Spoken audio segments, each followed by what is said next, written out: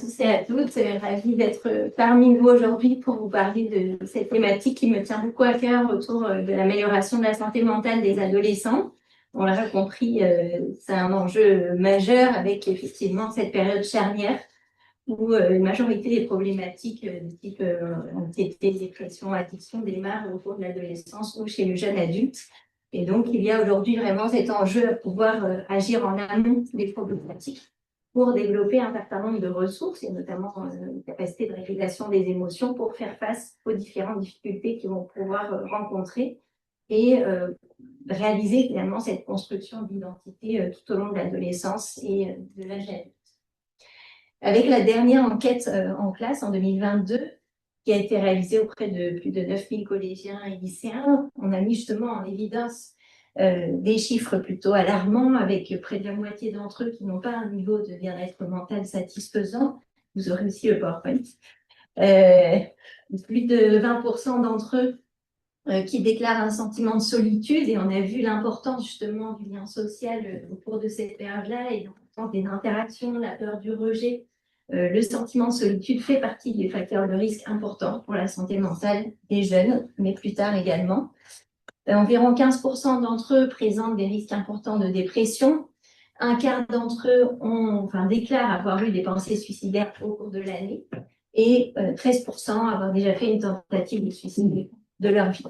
Ça nécessite donc de trouver aujourd'hui des mesures efficaces et plus efficaces que ce qu'on avait par le passé pour pouvoir promouvoir la santé mentale des adolescents.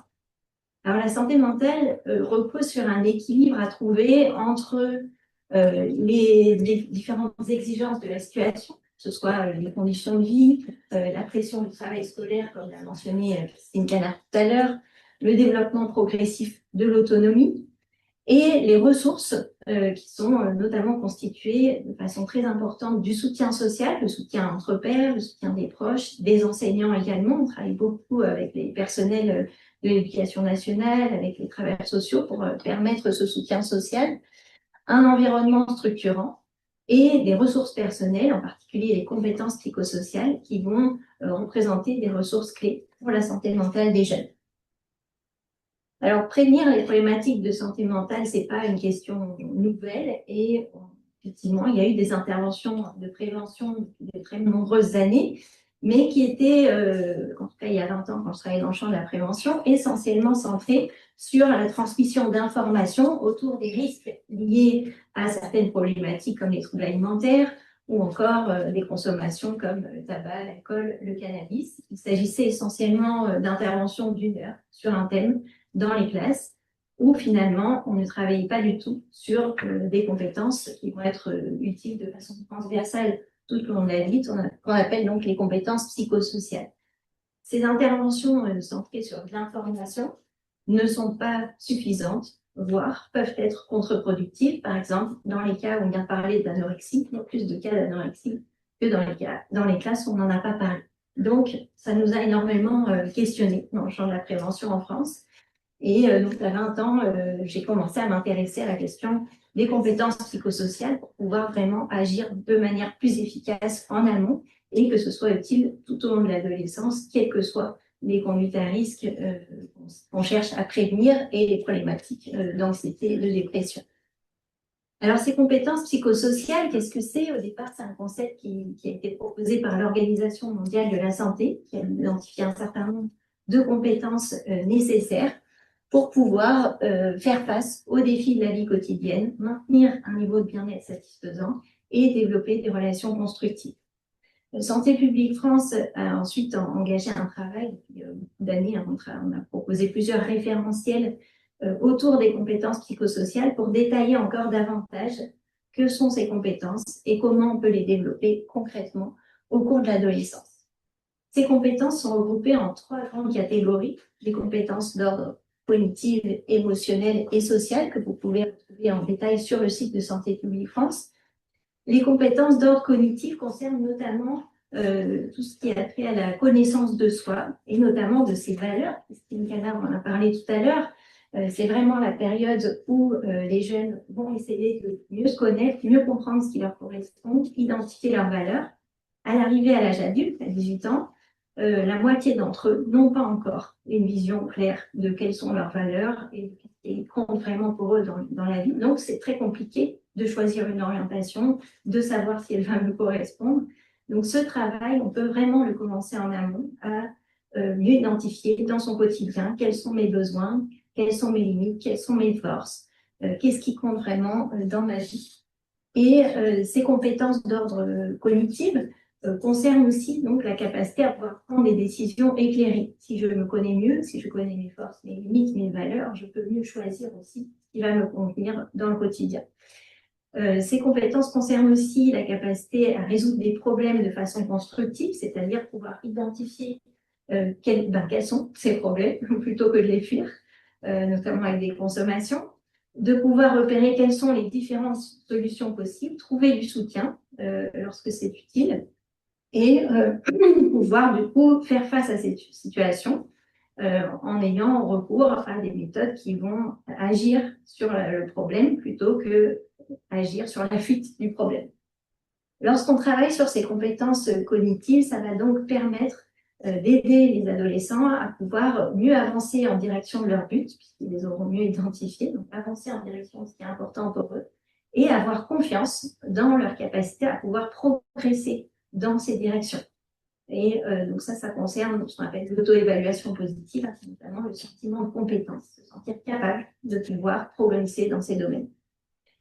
Les compétences d'ordre émotionnel concernent le fait d'être capable d'identifier et comprendre ses émotions, comprendre les besoins qui sont derrière, et réguler les émotions, qui est la compétence clé en prévention des problématiques de santé mentale et des addictions, c'est-à-dire pouvoir diminuer l'intensité d'une émotion difficile, comme la colère, la tristesse, qui vient nous empêcher parfois de nous concentrer sur les tâches qu'on souhaite réaliser, et pouvoir augmenter la présence d'émotions dites agréables, comme la joie, la fierté, donc notamment en orientant l'attention vers les aspects satisfaisants du quotidien. C'est-à-dire que en tant qu'humain, on a naturellement ce qu'on appelle un biais de négativité, une tendance à orienter l'attention en priorité vers les éléments qui sont angoissants, potentiellement gênants dans la situation, et à retenir davantage ces éléments que c'est ce qui nous permet de survivre. Si on traverse la route en regardant les fleurs dans les arbres plutôt que les voitures qui arrivent, on a peu de chance de rester en vie longtemps. C'est un système adaptatif, mais on a tendance à maintenir ce système en permanence en état d'alerte. Donc on va observer dans les personnes qui nous entourent la seule personne qui ne nous a pas souri, et c'est ça qui va nous affecter, et là on se sent rejeté. Alors qu'en fait, la majorité des autres n'étaient pas en train de nous rejeter, mais c'est ça qui va nous marquer.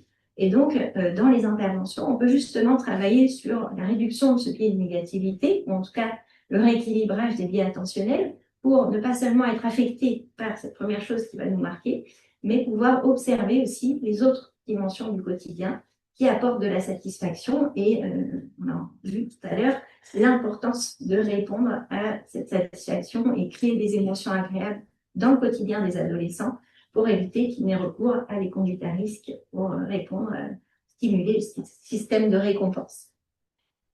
Les compétences d'ordre social concernent notamment les capacités à communiquer de façon constructive et en particulier l'écoute empathique, donc la capacité à repérer et prendre en compte les besoins de l'autre, mais aussi ses propres limites, et donc à pouvoir s'affirmer par rapport à des demandes qui sont faites, par rapport à la pression du groupe, en particulier à l'adolescence, où le pic d'influence sociale est autour de 14 ans. On va avoir du coup beaucoup de difficultés à différencier ses propres décisions de cette influence du groupe. Donc, ces compétences, on peut les travailler très tôt, on le fait dès la maternelle, voire on y travaille aussi dans le champ de la petite enfance, pour pouvoir progressivement améliorer ses capacités. Le fait de développer les compétences sociales joue un rôle clé tout au long de la vie, mais en particulier à l'adolescence, puisque c'est ce qui va permettre de développer des relations soutenantes et donc développer le soutien social, qui est ce facteur protecteur essentiel en santé mentale. Alors, les méta-analyses rassemblent l'ensemble des données d'intervention qui visent à développer ces compétences psychosociales, donc à travers des ateliers. Ça va être notamment des programmes qui sont manualisés avec une série d'ateliers, en moyenne au moins 10 ateliers d'1 heure pour avoir de l'efficacité sur le développement des compétences psychosociales et sur les résultats que je vous présente ici. Donc, en général, on va travailler pendant 1 heure sur une de ces compétences. Par exemple, la capacité à réguler des émotions.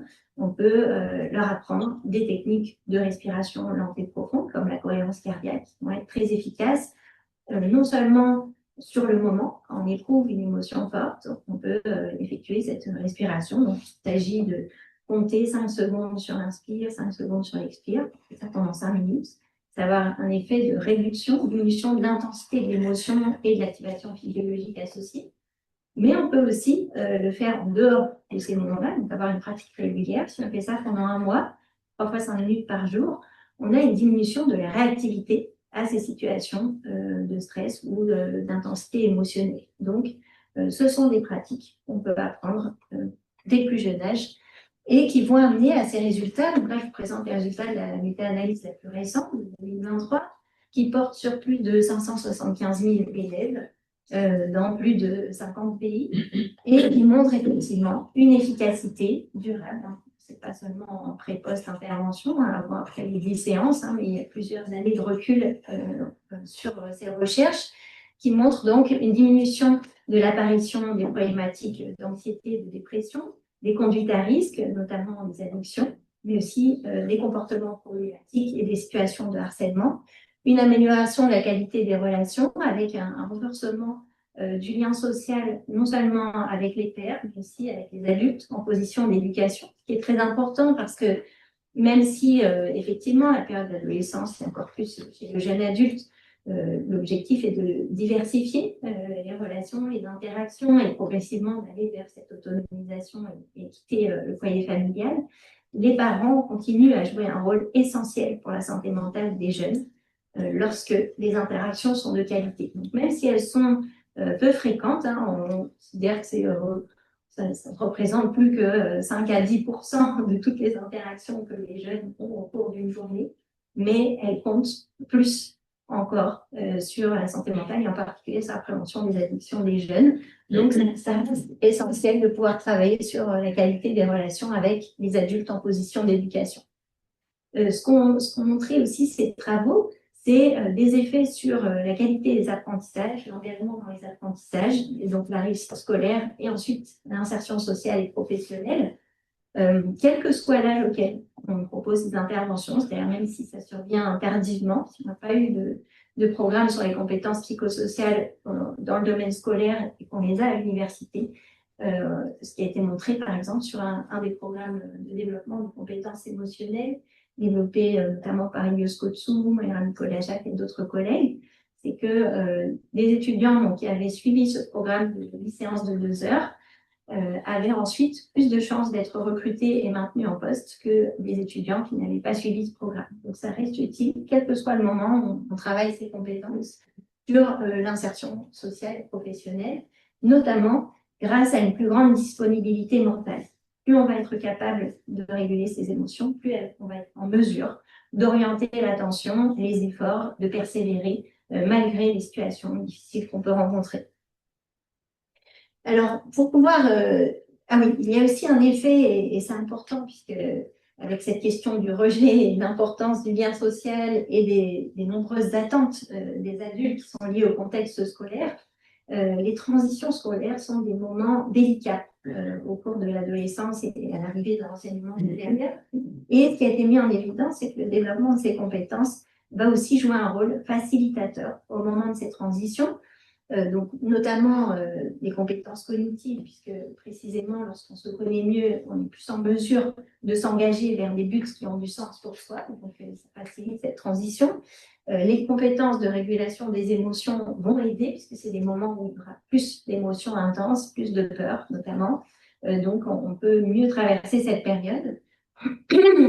Et les compétences d'ordre social vont aider à développer un réseau social soutenant lorsqu'on arrive dans un nouvel endroit, l'arrivée au collège, au lycée, et encore plus à l'arrivée dans l'enseignement supérieur, puisque souvent on se retrouve dans une autre ville, éloigné de sa famille, de ses amis, donc il y a tout à reconstruire. Au vu de l'ensemble des résultats que je viens de vous présenter, un ensemble de ministres, notamment les ministres concernés par l'éducation, la jeunesse, la santé, se sont engagés en août 2022 à proposer que l'ensemble des professionnels de tous ces secteurs soient formés au développement des compétences psychosociales pour que tous les jeunes puissent grandir dans l'environnement où on les aide à développer ces compétences. Donc, c'est ce qui a engagé notamment l'éducation nationale en priorité de façon importante dans le développement de ces compétences qui font aujourd'hui partie des programmes scolaires, mais aussi dans le champ du soutien à la parentalité. Un certain nombre de programmes ont été expérimentés. Donc, on a développé notamment le programme CARE qu'on a adapté au soutien à la parentalité parce qu'il est très efficace sur les 3 catégories de compétences psychosociales.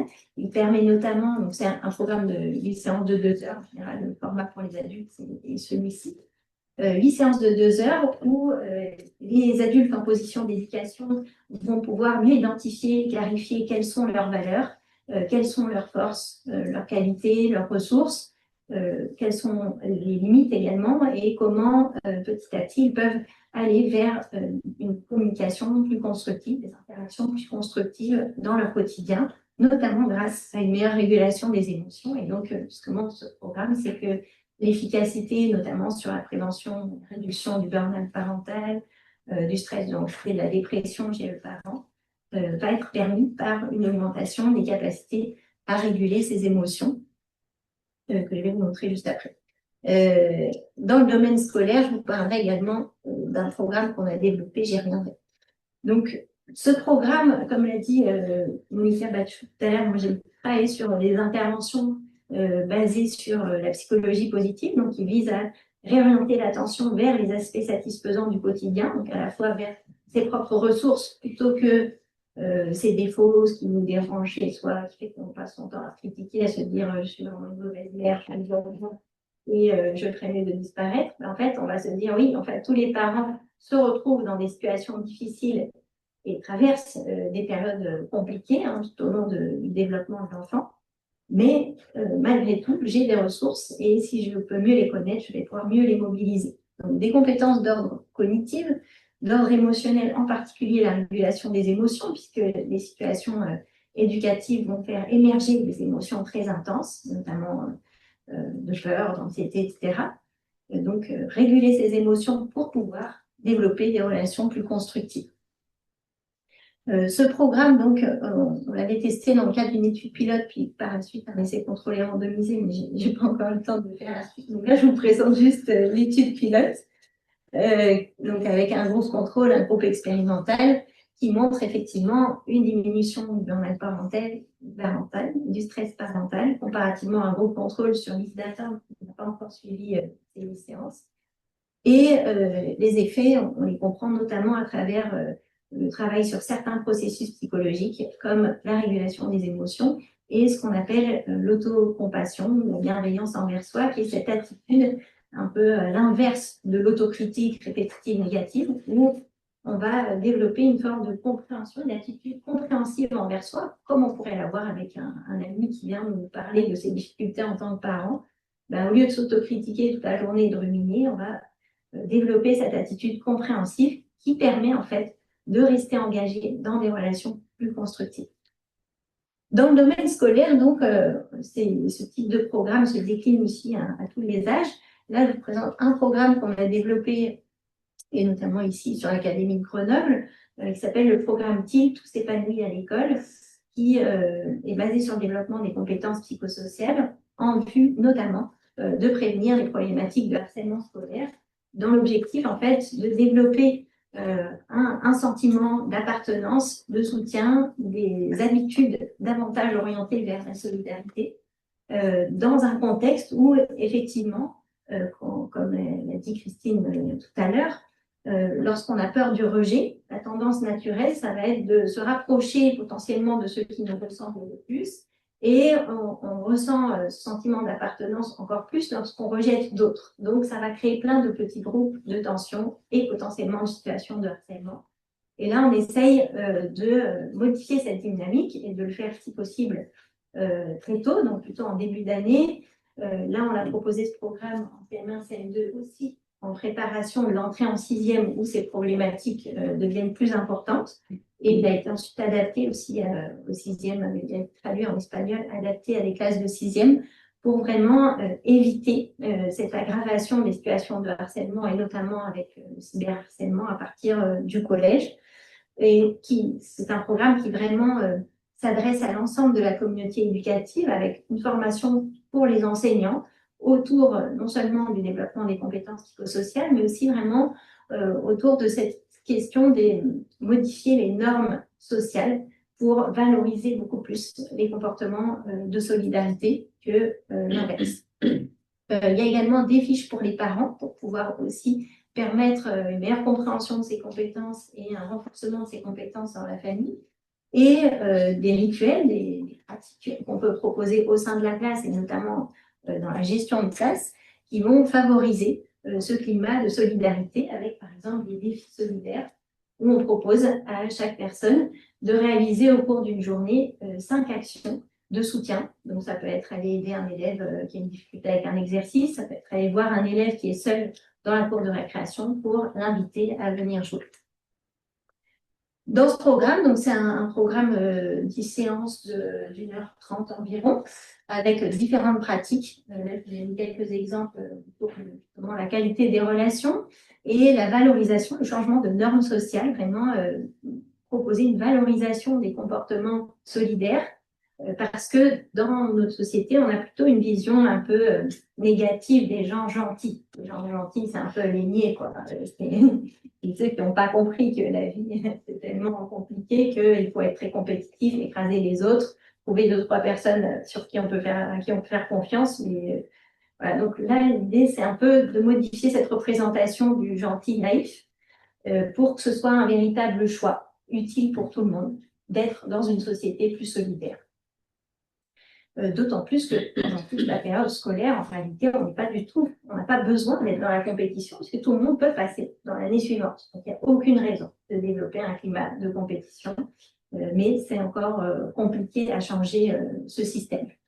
Donc là, par exemple, on a dans une des séances une activité autour de l'arbre de solidarité où chaque élève dessine en fait sur sa feuille différentes réussites solidaires pour pouvoir aussi contrecarrer l'idée de négativité, c'est-à-dire orienter l'attention vers ce que je fais de positif pour les autres dans le quotidien et ce qui m'arrive aussi de positif de la part des autres. Et ensuite partager ces réussites solidaires par petits groupes pour se raconter ce qu'on a fait. Il y a aussi un pouvoir inspirant, c'est-à-dire plutôt que de se raconter toutes les choses, tous les comportements déviants qu'on a fait, qui en général intéressent beaucoup les autres adolescents, ben là, on va essayer d'intéresser les personnes à qu'est-ce que je fais de constructif et y accorder de l'importance, puisqu'on le fait dans le contexte de la classe. On peut aussi travailler sur le développement de l'écoute empathique, c'est-à-dire vraiment cette capacité à pouvoir entendre ce que l'autre vit, essayer de mieux comprendre ce qu'il vit et lui signifier qu'on a compris. Donc, on propose à chaque enfant, chaque élève, de repenser à une situation difficile qu'il a vécue à l'école et de la raconter à un camarade qui va essayer ensuite de lui dire ce qu'il a compris, ce qu'il a entendu, ce qu'il a perçu aussi sur le plan des émotions pour que l'autre se sente vraiment compris. Donc ça, c'est des exemples de pratiques qui sont proposées en contexte scolaire. Là, je vous ai mis quelques résultats, pareil, l'article vient d'être soumis, donc, de l'expérimentation à la fois sur l'Académie de Grenoble, Lyon, et puis avec une formation qu'on a donnée en visio dans différentes académies. Au total, donc, c'est un programme qui a été expérimenté dans cette étude-là sur environ 650 élèves de CM1, de CM2. Avec donc la moitié quasiment groupe expérimental, l'autre moitié groupe contrôle, et des mesures par questionnaire avant, après intervention. Et on a fait aussi des focus group pour identifier ce que ça avait apporté à la fois du point de vue du regard des élèves, mais aussi des enseignants en termes de climat de classe et de situation de harcèlement. Donc, ce programme porte sur des compétences psychosociales, des normes scolaires, davantage prosocial et le sentiment de connexion sociale. Ce qu'on a pu mettre en évidence, c'est une efficacité de ces séances qui sont dispensées alors soit par des enseignants, soit ici sur l'Académie de Grenoble, ça peut être aussi fait par les étudiants en santé dans le cadre du CESA, service sanitaire de santé, qui viennent proposer ces temps de travail dans les classes. Donc, on observe effectivement une réduction des situations de harcèlement, une augmentation de la capacité à s'affirmer face à des situations qui ne nous conviennent pas, et ça joue un rôle essentiel dans le cadre des situations de harcèlement, aussi du côté des témoins, parce qu'en fait, les témoins jouent un rôle clé pour favoriser ou non un climat de solidarité. Donc là, dans les retours qualitatifs, que je ne vous présente pas là, mais on a vraiment les retours à la fois des enseignants et des élèves qui disent que cette attitude a changé. Il y a vraiment plus d'élèves qui interviennent dans des situations qui ne semblent pas justes sur le plan des relations. Et on observe une augmentation du sentiment de connexion sociale, d'appartenance au groupe classe, qui joue un rôle clé de protection, non seulement par rapport à la santé mentale, mais aussi favorise l'engagement et la réussite scolaire. Donc, c'est des programmes qui, effectivement, agissent à la fois sur l'ensemble des compétences psychosociales, sur des facteurs protecteurs clés et sur la réussite scolaire. Ces compétences, on peut les développer tout au long de la période du développement. Et comme on l'a vu, ça dure jusqu'à 25 ans, donc chez l'adolescent, mais aussi à l'arrivée dans l'enseignement supérieur. Là, je vous ai mis un exemple d'un programme qui est aussi en libre accès et qui est en ligne, donc auquel tous les étudiants peuvent accéder, qu'on a co-construit avec les étudiants, notamment pendant la période Covid, qui est fondé sur les données probantes, donc, sur tous les facteurs protecteurs sur lesquels on peut agir, les dimensions de santé mentale qui peuvent être donc influencées par notamment le sommeil, un module sur le sommeil, sur la gestion du stress et des émotions, bien sûr, sur la procrastination, la question des révisions, sur l'alimentation, l'activité physique, voilà, différents domaines sur lesquels on peut agir pour améliorer sa santé mentale. Vous pouvez trouver ce programme en libre accès sur le site de Promotion Santé, qui a été financé par l'Agence régionale de santé. Et chaque module permet en fait une meilleure compréhension du phénomène en jeu. Donc, par exemple, identifier où j'en suis, moi, par rapport à la question du stress, de l'anxiété, des symptômes dépressifs, et donner des outils concrets pour pouvoir agir sur soit l'apparition de ces symptômes, ou en tout cas la prévention de leur apparition, soit sur une hygiène de vie globale qui va agir sur la santé mentale de façon efficace. Donc, ce programme, on l'avait déjà testé dans une étude pilote et je vous l'avais présenté il y a quelques temps.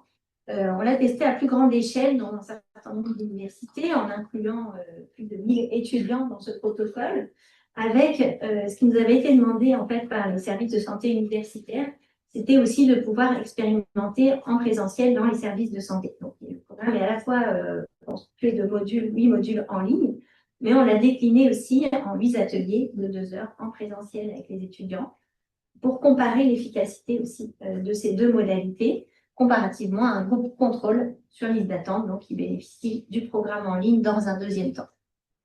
Ce que montrent les résultats, c'est des effets sur l'ensemble des dimensions mesurées, donc une diminution des symptômes d'anxiété, de dépression, de stress chez les étudiants qui participent au programme, que ce soit en ligne ou en présentiel.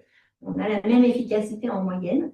Par contre, si on regarde les profils des étudiants de manière plus spécifique, les étudiants qui vont bien, disons qui n'ont pas de symptomatologie clinique à l'entrée dans le programme, bénéficient davantage du programme en ligne. Ça semble plus adapté pour ces étudiants-là. Donc, ils ont une meilleure santé mentale à la sortie, moins de consommation d'alcool, moins de problèmes de sommeil, en particulier d'endormissement, de meilleure capacité à réguler les émotions, les facteurs clés inconcibles.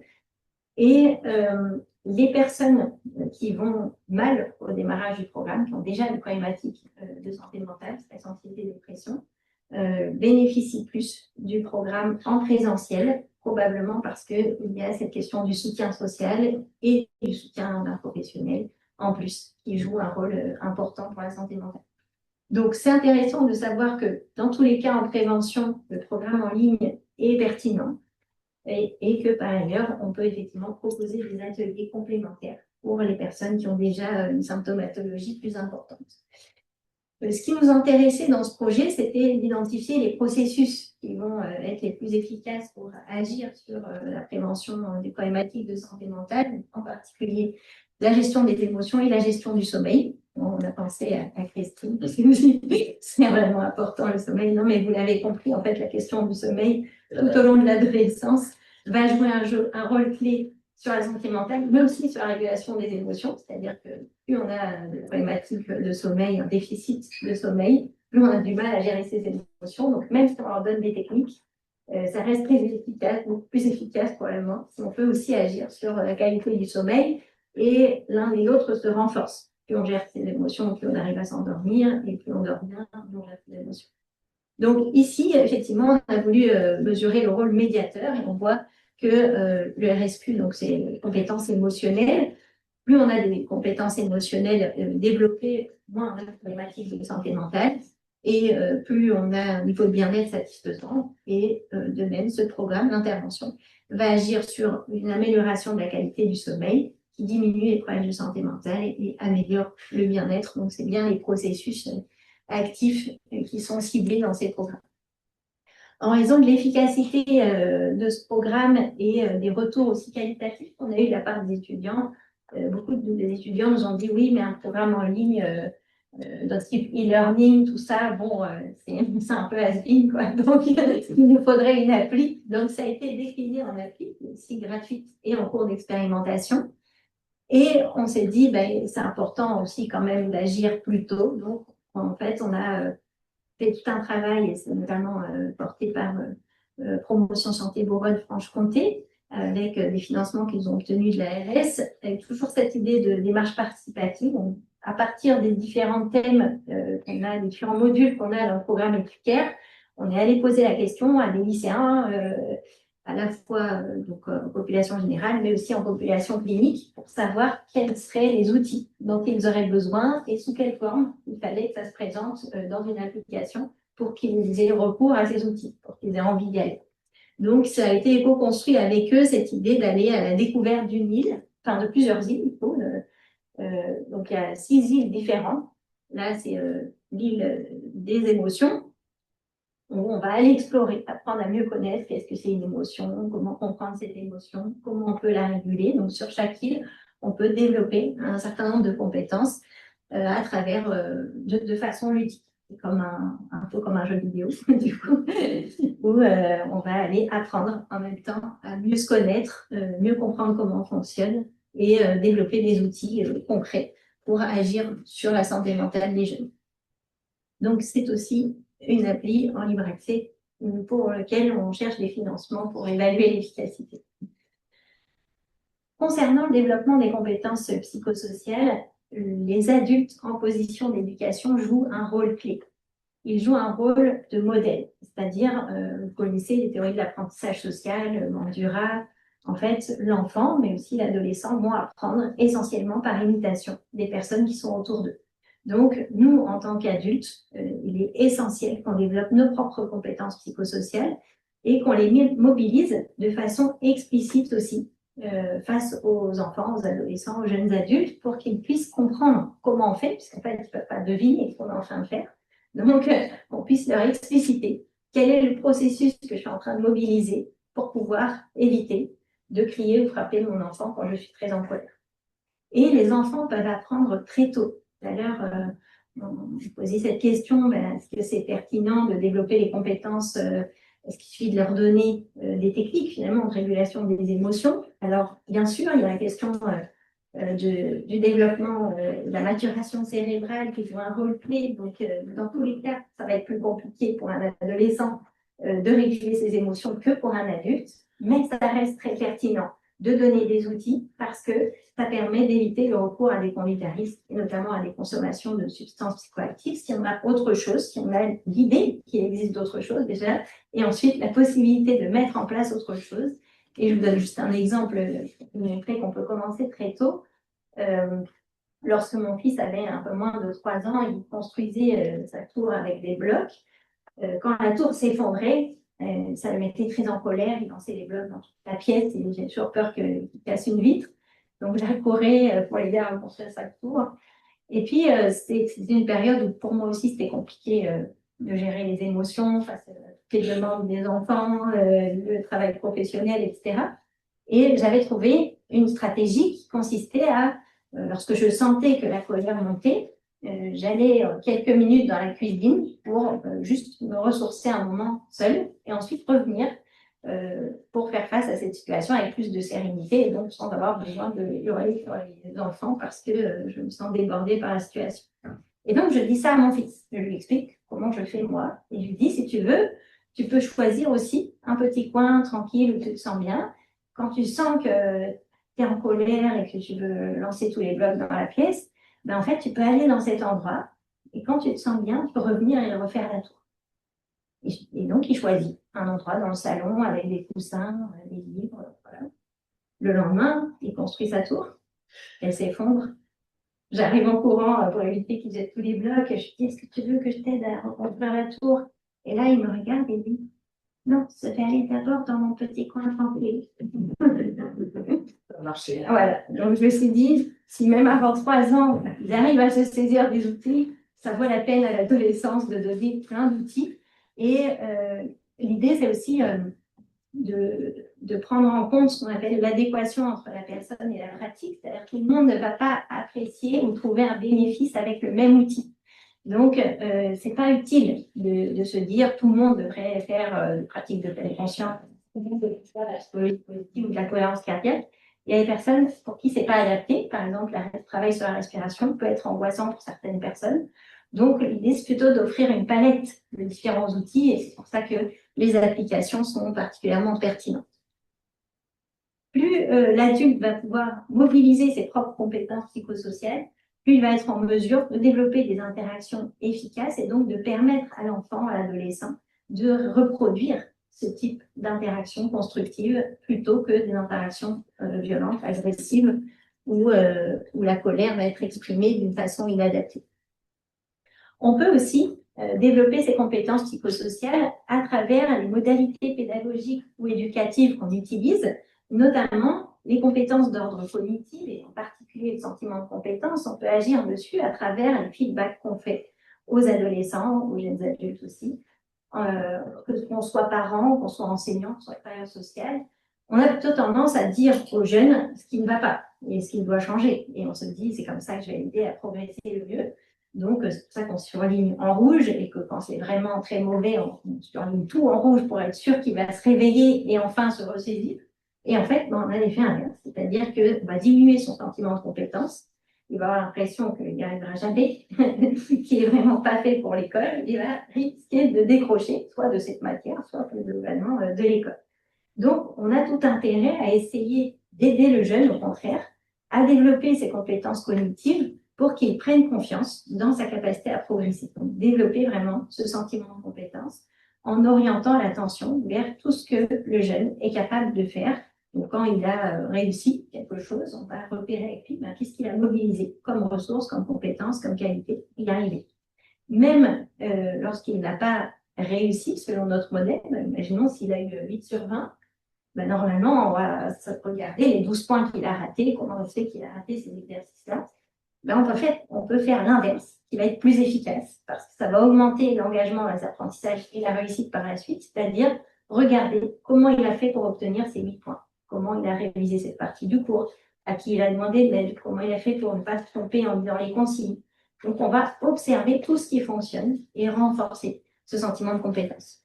On peut agir aussi sur des dimensions comme les compétences sociales, en proposant plus de situations de coopération. Alors, on l'a vu un peu tout à l'heure dans le programme TIL, on est vraiment sur des comportements de solidarité, d'entraide, de coopération. Mais on peut le faire de façon très simple dans le quotidien de la classe, plutôt que de dire aux élèves de lire une consigne, les consignes de l'exercice seul en silence et faire l'exercice en silence. Voilà, l'habitude de faire parce que on veut surtout être sûr que chaque élève est capable de faire les choses seul, qu'il a acquis les mêmes compétences au même âge, etc. Donc, on est très peu en fait dans la stimulation de la coopération parce qu'on a peur après que les élèves ne fassent rien. En fait, ça a l'effet inverse. si on propose ces mini-structures coopératives, au moment, par exemple, on va lire le sujet, on propose aux élèves de discuter entre eux de ce qu'ils ont compris. Donc, on lit la consigne, on dit, moi j'ai compris ça, et toi, donc on va se compléter dans cette compréhension de l'exercice. Et en fait, on montre que non seulement ça augmente l'engagement, la motivation, la réussite, mais ça permet le développement d'une culture davantage basée sur la solidarité et de compétences d'ordre social. Aujourd'hui, le développement de ces compétences est aussi intégré au programme scolaire, notamment dans des séquences disciplinaires, c'est-à-dire en français, en langue, en SVT, en activité physique et sportive, où par exemple l'enseignant peut proposer une séquence sur l'escalade où il va intégrer le développement des compétences émotionnelles. Donc, quand on redescend de la voie, les élèves vont noter quelles sont les émotions qu'ils ont vécues quand ils ont grimpé. Et ensuite, on va réfléchir ensemble à quelles sont les différentes stratégies qu'on pourrait utiliser quand on a une émotion de peur trop intense qui fait qu'on ne peut pas monter. Donc, on peut notamment travailler sur le biais de négativité, orienter l'attention vers ce qui est rassurant, le fait que l'enseignant va vérifier le système d'assurage, par exemple. Et on peut travailler sur la gestion de l'émotion, par exemple, avec la respiration. Donc, ces dispositifs permettent aujourd'hui à l'ensemble des jeunes de bénéficier du développement des compétences psychosociales. Alors, c'est très récent, mais c'est quand même une grande avancée à travers le domaine scolaire, puisque on ne sait pas, en fait, les jeunes, en fonction des contextes dans lesquels ils évoluent, ils vont plus ou moins bénéficier de modèles de rôle autour d'eux concernant ces compétences. Donc, le fait que ce soit intégré vraiment dans les programmes, c'est un atout en termes de réduction des inégalités sociales, de santé et de réussite. Donc, il existe des interventions efficaces pour améliorer la santé mentale des jeunes, les compétences psychosociales des jeunes et des adultes en position d'éducation. On est en train de développer un programme pour Santé publique France, qui est un programme en ligne de développement des compétences psychosociales spécifiquement pour les adultes en position d'éducation, pour pouvoir vraiment mobiliser davantage ces compétences et les expliciter pour les jeunes qui nous entourent. Donc, on peut vraiment développer ces compétences tout au long de la vie et je vous encourage à le faire pour vous et pour les jeunes qui vous entourent. Je vous remercie de votre attention. J'aimerais savoir en termes de… donc là, vous aviez en CM1, CM2, sur les facteurs, le genre, l'environnement social, les enfants pour les activités extérieures, sportives ou culturelles, s'il y avait un impact sur l'engagement dans le programme ou si tout le monde était finalement assez égal. Ah, très intéressant comme question. Alors, on l'a fait beaucoup en REP et REP+. Donc, l'étude pilote, par contre, on l'avait faite dans différents contextes. Ça a fonctionné dans tous les contextes. Et par contre, on n'a pas mesuré pas l'information concernant les activités extrascolaires potentielles. Garçon-fille, par exemple. Garçon-fille. Là, je vais vous répondre par rapport à d'autres programmes. Parce que celui-là, spécifiquement, comme c'est un programme qui est très engageant, en fait, ils sont tout le temps en train de faire une activité, tout le monde est très engagé. Par contre, je pense notamment à des programmes sur les compétences juste émotionnelles, qu'on avait expérimenté aussi en école élémentaire. C'est plus compliqué, peut-être quand on n'est que sur les émotions, et notamment pour les garçons, parce que culturellement et dans le domaine scolaire en particulier, on n'a pas l'habitude de parler de ces dimensions-là. Il y a un aspect genré qui fait que pour les filles, c'est plus normal d'en parler. Pour les garçons, on fait semblant qu'il n'y a pas trop d'émotions. Ce que j'avais conclu, moi, de ces différentes interventions, c'était vraiment l'importance de relier le développement de ces compétences avec des choses qui ont du sens pour les jeunes. Donc ici, dans ce programme, on a vraiment centré sur on veut développer une classe solidaire. Donc il y avait un objectif. Ça peut pas être juste, enfin, en tout cas, que je peux vous dire de mes interventions, c'est quand on vient juste développer les compétences psychosociales, et notamment chez les adolescents, il y a un faible engagement. Que ce soit des interventions de pleine conscience, de respiration, etc. Au collège, là, on a testé, par exemple, sur l'Académie de la Réunion, un programme sur la cohérence cardiaque au collège et au lycée. Et en fait, les lycéens donné beaucoup plus de sens à ces pratiques. Dans les feedbacks qualitatifs qu'on a eus, ils identifiaient que ça pouvait les aider sur différents domaines. Et plus ça a du sens pour eux, du coup, plus c'est efficace. Donc, c'est le cas, hein, c'est efficace chez les lycéens et pas chez les collégiens. Donc, il y a vraiment cette question en lien avec le développement de l'adolescence, de l'identité, cette question de qu'est-ce qui a du sens pour moi, qu'est-ce qui correspond à mes valeurs. Si on ne travaille pas sur ces dimensions-là, il y a moins d'engagement, donc moins d'efficacité. Là, par exemple, on est en train de déposer un projet qui est sur compétences psychosociales en lien avec les jardins pédagogiques. Donc, l'idée, c'est avoir un projet et dans ce cadre-là, faire des temps de travail sur les compétences psychosociales parce que, oui, faut qu'on se mette d'accord, qu'est-ce qu'on va planter, il faut qu'on ait un projet collectif, donc il faut apprendre à communiquer. Donc, le fait que ce soit compris dans un projet qui a du sens pour les jeunes permet plus d'engagement. Chez les étudiants, pour le coup, en plus, comme c'est volontaire, là, c'est des étudiants qui ont choisi d'aller sur ces modules, ça avait du sens pour eux parce qu'ils avaient besoin de gérer le stress, les émotions, le problème de sommeil. Voilà.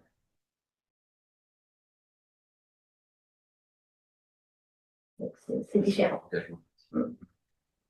Chantal. Oui, merci beaucoup pour cette présentation. Je me dis que si je l'avais entendu plus tôt, ça m'aurait bien aidé. Je repense à la cohérence cardiaque. Il montre bien que le corps est très important et qu'il n'y a pas que le cerveau. Et je me dis, alors ça rejoint mon dada du système nerveux autonome. Et donc, c'est bien en lien avec le système nerveux autonome, tout ce que vous présentez. Est-ce qu'on a des données, est-ce qu'on a des mesures sur ce système nerveux autonome dans le cadre de ces travaux?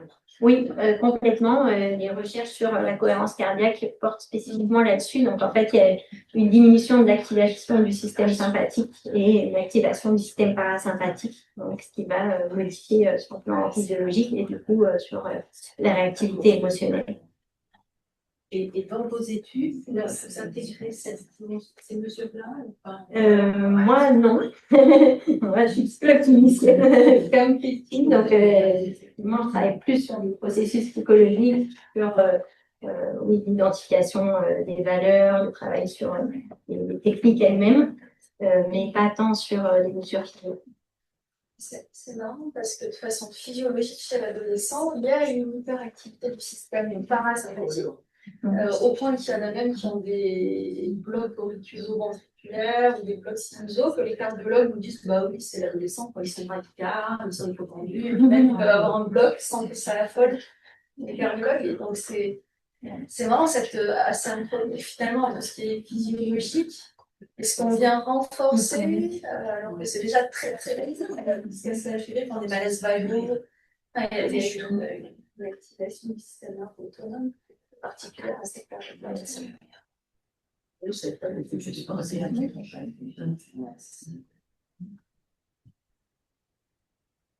Oui.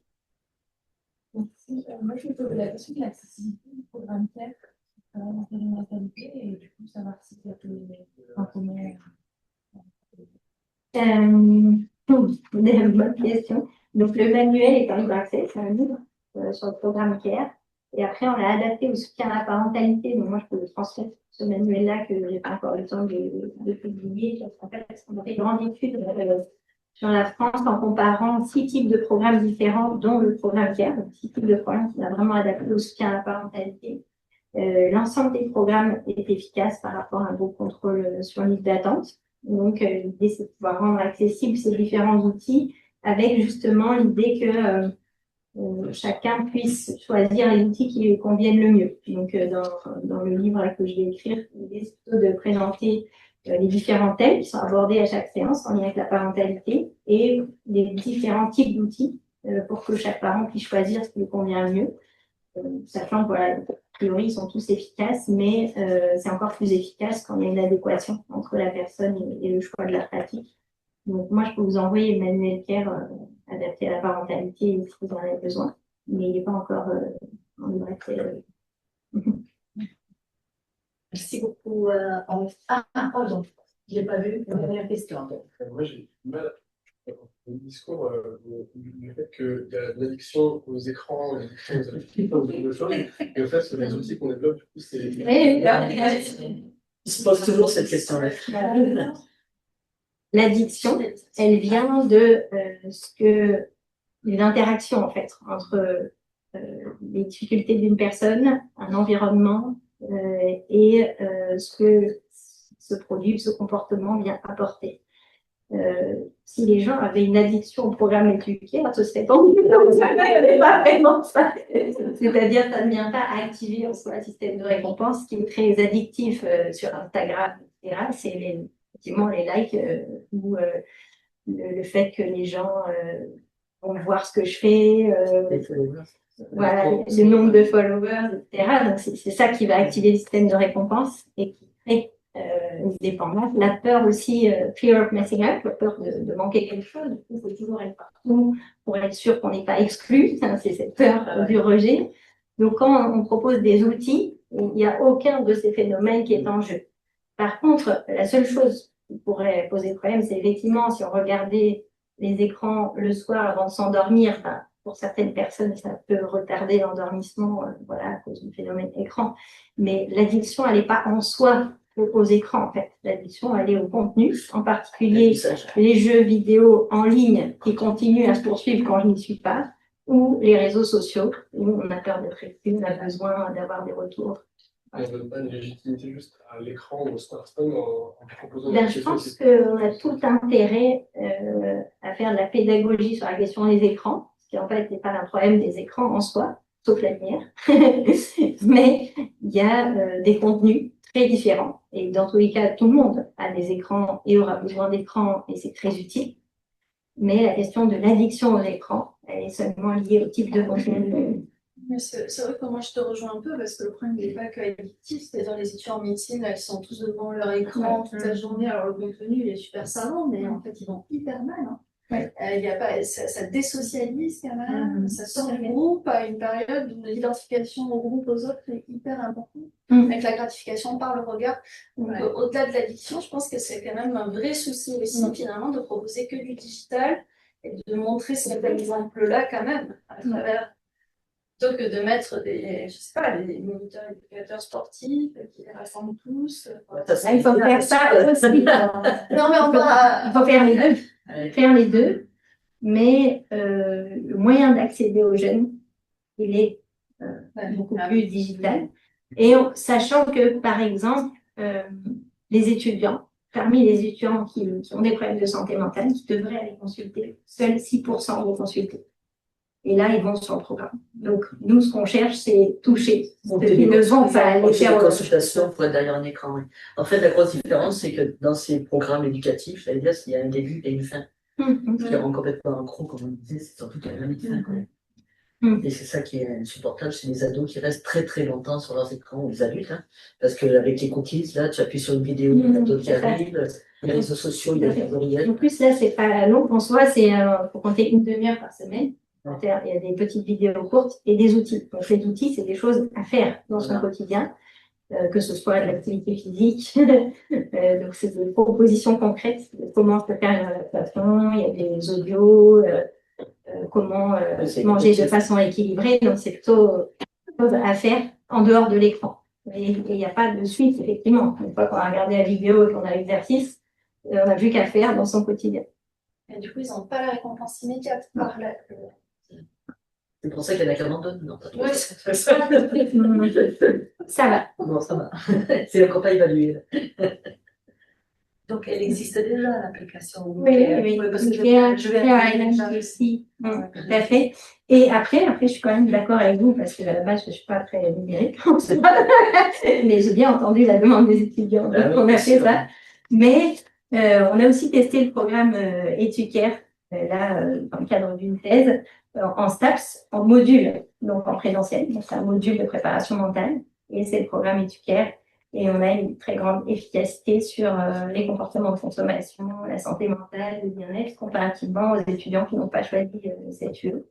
Donc, ça pourrait, tout à fait, et c'est ce qu'on demande au ministère, c'est d'inclure ces modules avec des crédits pour toutes les filières. C'est ça qu'on a demandé.